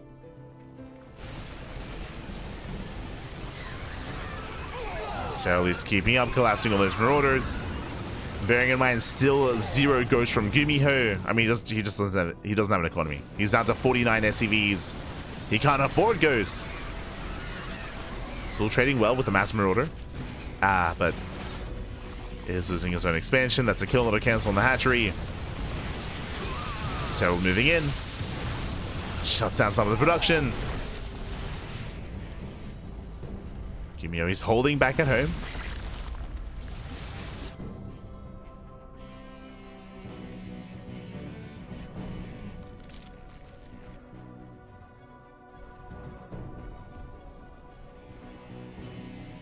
He's holding. Once again catching reinforcements, forcing Gumiho back.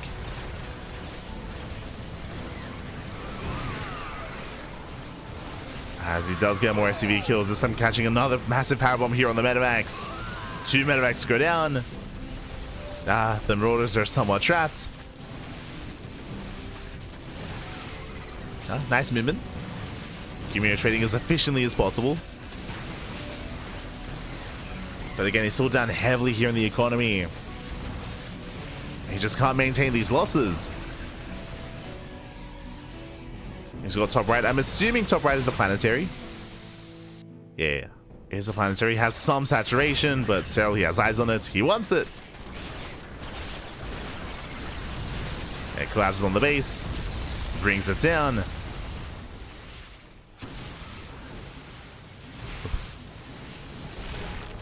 And Gumiho is down to, what, like 1.5 mining bases at this point. That is a lot of liberators. That's a lot of freedom. And again, still just relying on his biles, on his ravagers. Decent biles, though. Ooh, they do connect. Catching out to those liberators, and the ground army finally gets broken. Yeah, Serral snowballing out of control. Again, Gumiho has been all in this entire time. GG gets called, and Serral, he will take the series 3-0. GG. Whew. GG, well played. A lot of 3-0s so far. A lot of 3-0s here in the tournament, or at least in the first round. GG, well played. Shout out to Gumiho, though, because Gumiho, he did put up a fight. I will say that MaxPax versus Zoun was much more one-sided. It was a much more one-sided series. Here, I don't think the scoreline really does Gumiho justice, especially Game 2 on Abyssal Reef was very much so back and forth. Even here in Game 3 as well, despite the failed 3-base all-in out of Gumiho, he still was able to bring it back, get, again, a semblance of saturation, get another base up running, and was still able to hold his own for quite some time against Serral. Eventually, he did lose his workers, and he was never able to rebuild his SCVs and rebuild his economy. But up until that moment, you know, was quite close. GG. GG, well played. Was trading well. And with that, we have our top 4. We have our 4 players in the next round. As a reminder, if you are a fan of Zoun, if you're a fan of Gumiho, then do not worry, because they are still in the tournament. They have just been knocked down to the lower bracket, to the elimination round. And tomorrow, we will be finding out which players are eliminated from the tournament. Oh boy. So tomorrow's matches, I believe, are going to be Estrella versus Spirit. I believe it's going to be Estrella versus Spirit and Zoun versus Gumiho. I'll just double check, because I'm just saying that off the cuff. Like, I should confirm. But I believe so. Yeah. Stray versus Spirit and Gumiho versus Zoun. Those are going to be tomorrow's matches. And again, 2 players will be eliminated. Either one of Astray and Spirit, and one of Zoun and Gumiho. So 2 TVPs is going to be featured here tomorrow when it comes to the upper bracket, and I believe we are going to be getting the graphics updated, and we will soon be having a look at the bracket on screen. We have a Hero versus Rainer, and again, I'm looking forward to it. Like, I don't know what it is, but I love seeing Hero either against Rainer, either against Serral. Like, he has some amazing PVZs. They're never one to miss out on. So Hero versus Rainer, and we have MaxPax versus Serral as well. I believe MaxPax versus Serral is going to be a rematch of the Basilisk Big Brain bouts. I think they had some show matches yesterday even, where MaxPax took down Serral 3-1. Did bring Serral down. I mean, Serral has been having a bit of a harder time as of late. He recently lost to MaxPax in the Basilisk show match, and if you remember, if you were here for the Little League Cup, Serral, he also lost to Hero. He lost to Hero, and he lost to MaxPax this week. So some rough times here in ZVP. Hopefully, Serral can, of course, get a handle on things, can rest up and get ready for those matches, because that'll be next week. That's still a week away. I say a week away, 5 days away. 5 days away. So Serral, he has time to ruminate, to think over those matches, to recover, get some rest, get some food, massage his Marines, drain his disruptors, all that good stuff to get ready for that series. Here we go. Just catching up. Just catching up in the chat.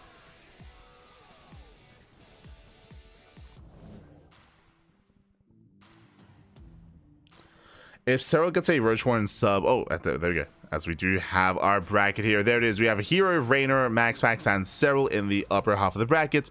Likewise, we have Estrella, Spirit, Zoun, and Gumiho in the lower half. And again, it is 7 days. 7 days of the playoff bracket, and there are tomorrow's matches, all of the TVPs.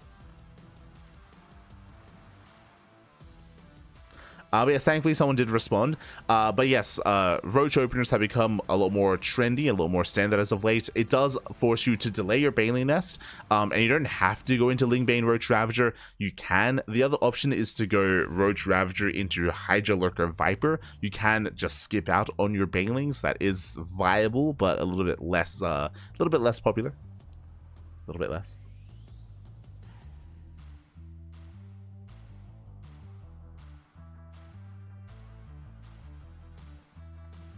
He has an insanely cozy apartment. He does.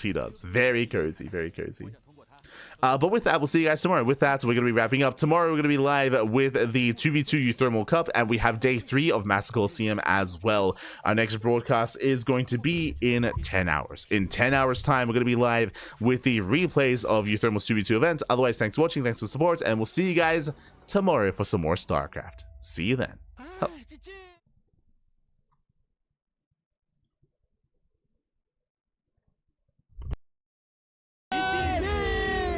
哎，算了，恭喜他夺冠吧。一把，我靠！打不过啊，他最后这手感染虫太凶了。最近半年 ，ZVP 56-3给自己点一个赞，冠军。 I don't think Serral has any chance to save this one, but he continues. He gets killed coming back, and Bunny just doesn't seem to have the numbers.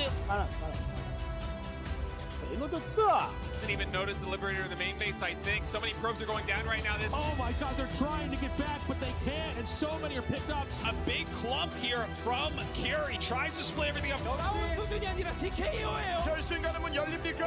Giant force of Banelings rolling in and clearing the hell. That's massive. Clum!